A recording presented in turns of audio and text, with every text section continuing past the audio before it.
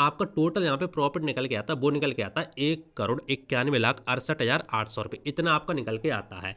अब दोस्तों हम बात करने वाले इस पर सरकार का कितना टैक्स बनेगा।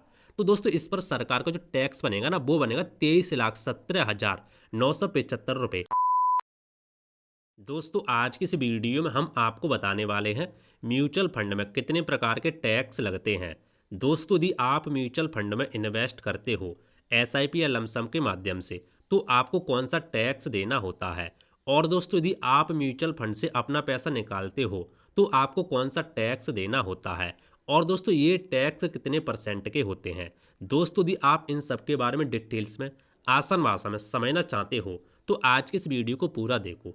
आज के इस वीडियो को देखने के बाद आपका डाउट हमेशा के लिए क्लियर हो जाएगा। तो आइए दोस्तों शुरू करते हैं आज की वीडियो। दोस्तों आपको समझाने के लिए हमने यहाँ पे एक टेबल बना के रखी है। दोस्तों इसी टेबल के माध्यम से हम आपको सारी चीज़ें डिटेल्स में समझाएंगे।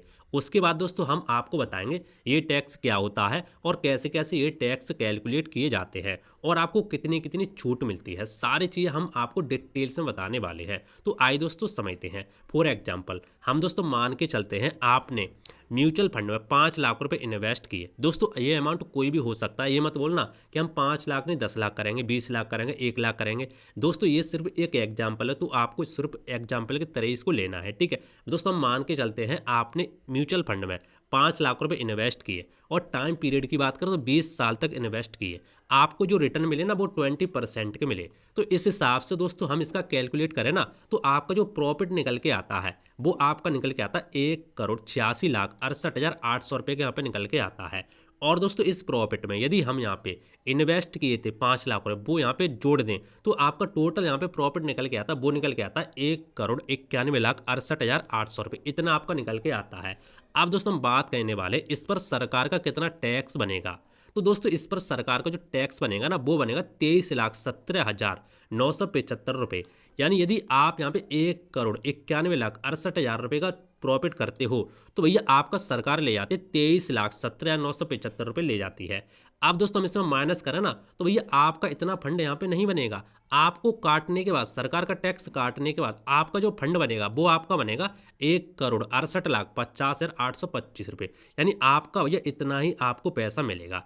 यानी 23 लाख रुपए वैसे यहाँ पे सरकार ले जाती है। तो दोस्तों जैसा कि आप यहाँ पे देख सकते हैं यहाँ पे कितना ज़्यादा अमाउंट यहाँ पे सरकार ले जा रही है, ठीक है। ये कौन सा टैक्स है आइए समझते हैं। सारी चीज़ हम आपको डिटेल से बताने वाले हैं। अब दोस्तों हम समझते हैं कि जब आप म्यूचुअल फंड में पैसा इन्वेस्ट करते हो तब आपसे कौन सा टैक्स लिया जाता है। तो दोस्तों वो आपसे लिया जाता है स्टाम्प ड्यूटी। क्या होता है आइए समझते हैं।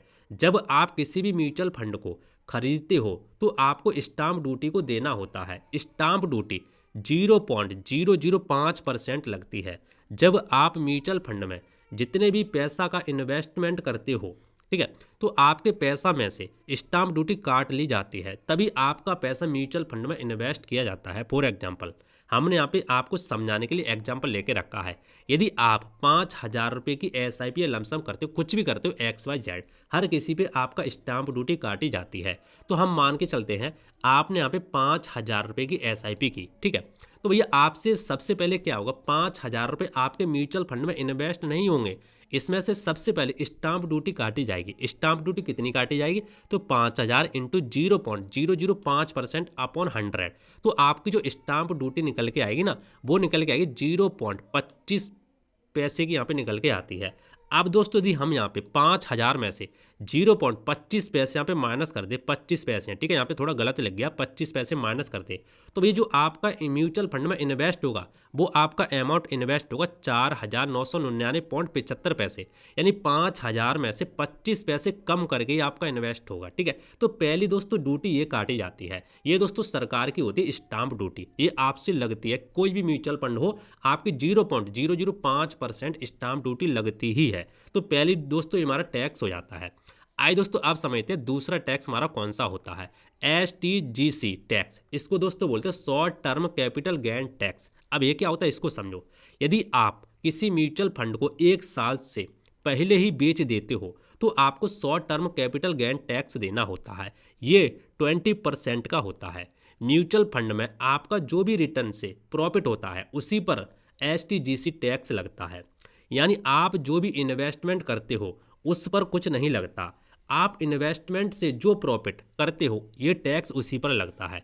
यानी दोस्तों यदि आप म्यूचुअल फंड में इन्वेस्टमेंट करते हो एसआईपी या लमसम के माध्यम से, किसी के माध्यम से, और आप 1 साल से पहले ही अपनी एसआईपी या लमसम को तोड़ देते हो, पैसा निकालते हो, तो भैया आपको यहाँ पे short term capital gain tax देना होता है सरकार को। ये दोस्तों होता है 20% का। ये कैसे कैलकुलेट किया था आइए समझते हैं। तो दोस्तों हमने यहाँ पे जैसे आइए समझते हैं, आपकी इन्वेस्टमेंट 5 लाख हम मान के चलते हैं, मान के चलते आपने 5 लाख रुपए एसआईपी लमसम के माध्यम से, किसी के माध्यम से म्यूचुअल फंड में इन्वेस्टमेंट किए, ठीक है, 5 लाख रुपए। और दोस्तों मान के चलते हैं आपने अपने इन्वेस्टमेंट का पैसा 11 महीने के बाद ही निकाल लिया, क्योंकि देखो यदि आप 1 साल के बाद निकालोगे तो भैया आपसे short term capital gain tax नहीं लगेगा। तो दोस्तों हमने यहाँ पे मान के चला है आपने 11 महीने से पहले ही निकाल लिया, ठीक है, 11 महीने के बाद ही निकाल लिया, हमने यहाँ पे लिखा है। तो यदि मान लो आप 11 महीने के बाद आपने निकाला, तो हमने यहाँ पे मान के चला है आपको 11 महीने में जो रिटर्न मिले वो आपको मिले 30% के। फॉर एग्जाम्पल, सिर्फ और सिर्फ एक एग्जाम्पल है, तो इसको एग्जाम्पल की तरह ही आपको लेना है। तो दोस्तों हमने यहाँ पे कैलकुलेट करके रखा रिटर्न। मान लो यदि आपने 5 लाख रुपये यहाँ पे इन्वेस्टमेंट की और आपको 30% का यहाँ पे रिटर्न मिला है अपॉन 100, तो भैया जो आपका प्रॉफिट निकल के आएगा ना, वो आपका निकल के आएगा 11 महीने का 1.5 लाख रुपये। यानी भैया आपने 5 लाख रुपये लगा करके 1.5 लाख रुपये का आपने यहाँ पे प्रॉफिट कर लिया। अब दोस्तों होता क्या है मैं आपको बता दूं, short term capital gain tax सिर्फ और सिर्फ आपकी प्रॉफिट पर लगता है, ना कि आपके इन्वेस्टमेंट पर। तो आपके 5 लाख पर यहाँ पे कोई भी टैक्स नहीं लगेगा, सिर्फ और सिर्फ लगेगा 1.5 लाख पर। कैसे लगेगा आइए समझते हैं। तो दोस्तों हमने यहाँ पे टोटल प्रॉफिट मान के चलते हैं आपका 5 लाख इंटू यहाँ पे 5 लाख प्लस 1.5 लाख रुपये, तो आपका टोटल प्रॉफिट 6.5 लाख रुपये हो जाता है, ठीक है। तो टैक्स किस पर लगेगा, टैक्स आपका लगेगा 1.5 लाख पे। तो टैक्स हमने यहाँ पे लिख के रखा 1.5 लाख इंटू 20% अपॉन 100, तो भैया आपका जो टैक्स निकल के आएगा वो आपका निकल के आएगा 30,000 रुपये। यानी भैया आपको 1.5 लाख के प्रॉफिट पर सरकार को 30,000 रुपये का टैक्स देना होगा, जैसे कि आप यहाँ पे देख भी सकते हैं। तो भैया अब आपका यहाँ पे प्रॉफिट कितना रह जाएगा टोटल। अब भैया आपका जो टोटल प्रॉफिट होगा ना, नेट प्रॉफिट, यानी आपका टैक्स वगैरह काटने के बाद, पहले आपके 6.5 लाख रुपये हो रहा था, अब दोस्तों आपका अमाउंट वगैरह सब कुछ जोड़ने के बाद 6,20,000 रुपये होगा, क्योंकि दोस्तों 30,000 रुपये सरकार को आपको देना होगा। ये दोस्तों होता है short term capital gain tax. इसमें दोस्तों आपसे कोई भी छूट वगैरह नहीं मिलती।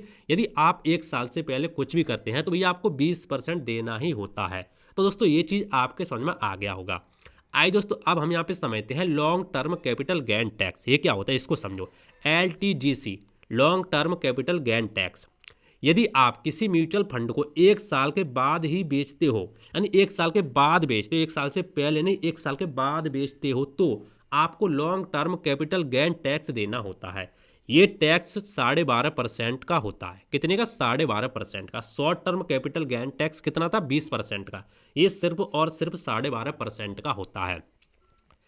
ये टैक्स भी आपको इन्वेस्टमेंट पर नहीं लगता, आप जो भी इन्वेस्टमेंट करके प्रॉफिट करते हो उस पर लगता है। इस टैक्स में आपको 1.25 लाख रुपए की छूट मिल जाती है। दोस्तों मैं आपको बता दूं, यदि आप 1 साल के बाद बेचते हैं तो आपको 1.25 लाख की छूट मिल जाती है long term capital gain tax में। यदि आपके प्रॉफिट का पैसा इससे ज़्यादा निकल जाता है तो आपको 12.5% का टैक्स देना होता है। तो ये तो आपके समझ में आ गया होगा। यदि आप म्यूचुअल फंड 1 साल के बाद बेचेंगे तो ये आपको long term capital gain tax देना होगा। 1 साल से पहले बेचेंगे तो आपको short term capital gain tax देना होगा। अब इसके कैलकुलेट कैसे किया जाता है आइए समझते हैं। जैसे फॉर एग्जाम्पल मैंने आपको यहाँ पे समझा के रखा है। जैसे हम मान के चलते आपकी इन्वेस्टमेंट 5 लाख रुपए है, ये सिर्फ एक एग्जाम्पल है, ठीक है। हमने मान के चलिए 5 लाख रुपए है आपकी इन्वेस्टमेंट। आपने अपने इन्वेस्टमेंट का पैसा 13 महीने के बाद ही निकाल लिया। देखो ये कोई फिक्स नहीं है, मैं क्या बोल रहा हूँ, 1 साल के बाद बेचते हो, 10 साल बाद, 8 साल बाद, 5 साल बाद, 13 महीने बाद, 14 महीने बाद, 20 साल बाद, कोई भी हो सकता है, XYZ। 1 साल के बाद बेचोगे तो आपसे long term capital gain tax लगेगा। तो दोस्तों हमने यहाँ पे मान के चला आपने अपना पैसा 13 महीने के बाद निकाल लिया, तो आपको भैया 13 महीने में जो रिटर्न मिले वो आपको 30% के मिले। तो भैया यदि आप 5 लाख पे इंटू 30% करोगे अपॉन 100, तो आपका प्रॉफिट भैया पे निकल के आएगा 1.5 लाख रुपये। यानी भैया आपने 1.5 लाख रुपये का आपने यहाँ पे प्रॉफिट कर लिया 13 महीने में। अब ये कैसे इस पर भाई साहब टैक्स लगेगा वो समझो। देखो हमने यहाँ पे लिख के रखा टोटल प्रॉफिट। टोटल प्रॉफिट आपका 50, हमने यहाँ पे जोड़ के रखा है 5 लाख रुपये आपका इन्वेस्टमेंट और 1.5 लाख रुपये आपका भैया प्रॉफिट। तो टोटल प्रॉफिट भैया आपका 6.5 लाख रुपये यहाँ पे निकल के आ जाता है। अब दोस्तों आपको यहाँ पे छूट मिलती है 1.25 लाख रुपए की, 1,25,000 रुपए की आपको यहाँ पे छूट मिलती है। ठीक है, तो भैया हमारा जो प्रॉफिट का पैसा कितना था, क्योंकि भैया जो टैक्स लगता हमेशा प्रॉफिट के पैसे पर लगता है, जो आप इन्वेस्टमेंट करोगे उस पर भैया कोई भी टैक्स नहीं लगेगा, सिर्फ और सिर्फ प्रॉफिट के पैसे पर टैक्स लगता है। तो आपने गेन कितना किया, आपने प्रॉफिट कितना किया, आपने भैया प्रॉफिट के 1.5 लाख रुपए का, तो भैया 1.5 लाख रुपए का आपने प्रॉफिट किया। अब 1.5 लाख पर टैक्स नहीं लगेगा, अभी आपको यहाँ पे 1.25 लाख रुपए की छूट मिलेगी। तो भैया हम क्या करें, 1.5 लाख में से भैया 1,25,000 को माइनस करेंगे, क्योंकि भैया पे छूट हम सरकार ने हमें दे रखी है, तो हमारा पैसा यहाँ पे निकल जाएगा 25,000 रुपये।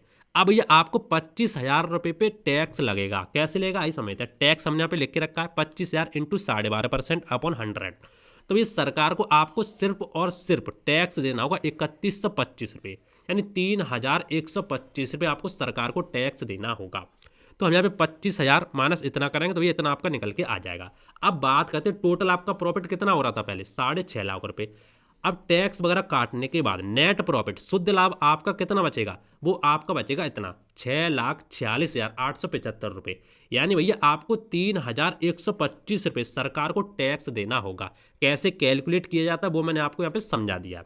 तो दोस्तों आपके यहाँ पे समझ में आ गया होगा, यानी भैया जब आप म्यूचुअल फंड में इन्वेस्ट करोगे तब भी आपको टैक्स देना होगा, जब आप म्यूचुअल फंड से पैसा निकालोगे तब भी आपको टैक्स देना होगा।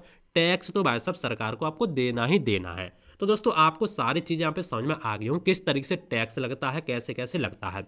दोस्तों ये सिर्फ और सिर्फ हमने म्यूचुअल फंड पर टैक्स की बात की है, ठीक है। इसमें दोस्तों ये सरकार का टैक्स होता है, ये तीनों टैक्स जो हमने आपको बताया सरकार के टैक्स होते हैं। जो म्यूचुअल फंड का टैक्स होता है वो तो दोस्तों अलग होता है, उसमें दोस्तों एग्जिट लोड होता है। यदि आप 1 साल से पहले यदि अपना पैसा निकालते हैं तो ये म्यूचुअल फंड वाले एग्जिट लोड देते हैं, कोई 1 साल से पहले का देता है, कोई भैया आपसे यहाँ पे 6 महीने का देता है, तो अलग अलग यहाँ पे होता है। और भैया म्यूचुअल फंड में एक और होता है एक्सपेंस रेशियो, ये भी भैया टैक्स होता है, ये म्यूचुअल फंड का होता है। ये दोनों टैक्स म्यूचुअल फंड के होते हैं, लेकिन दोस्तों जो हमने आपको 3 टैक्स बताए ये सरकार के होते हैं, ठीक है। इतना आपको देना ही होता है।